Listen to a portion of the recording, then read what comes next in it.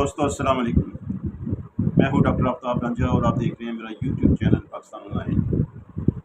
ابھی میں آپ کے ساتھ ایک بہت ہی افسوسناک خبر شیئر کر رہا ہوں۔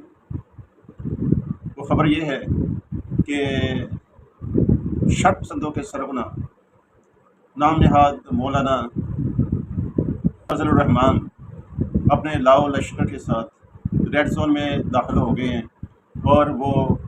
سپریم کورٹ پر حملہ کرنے کے لیے تیار ہیں۔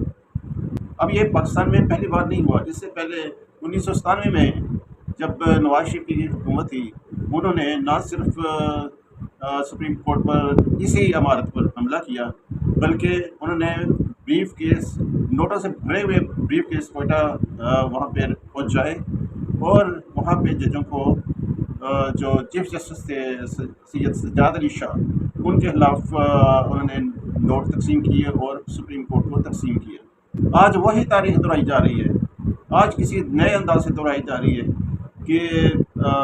چیف جسٹس کو انڈر پریشر کرنے کے لیے کہ وہ آئینی اور قانونی جو ضابطے ہیں ان سے وہ درگزر کر لے، کیونکہ چیف جسٹس نے 14 مئی کو انتخابات کرانے کا جو فیصلہ دیا تھا وہ الیکشن نہیں ہو سکے، لیکن اس کی سزا دینے کے لیے اور اپنے جو غیر آئینی اقدامات ہیں، پی ڈی ایم کی حکومت جو ہے وہ پوری شے دے رہی ہے۔ ایک دفعہ 144 نافذ ہے وہاں پہ، اسلام آباد میں، لاہور میں، ہر جگہ جب دفعہ 144 نافذ ہے اور 4 بندوں سے زیادہ کہیں کھڑے نہیں ہو سکتے۔ اس صورتحال میں قانون کی، اپنے ہی بنائے ہوئے قانون کی، اپنے ہی امپلیمنٹ کیے ہوئے قانون کی دھجیاں اڑاتے ہوئے ریڈ زون میں جو ہے وہ کارکن جو ہے پی ڈی ایم کے کارکن فضل الرحمان کی سربراہی میں داخل ہو چکے ہیں اور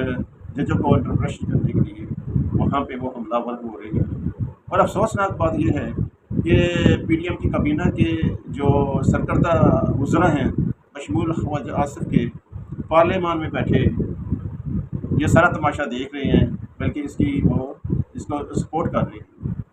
تو دوستو دعا کریں اس پاکستان کے لیے خیر ہو،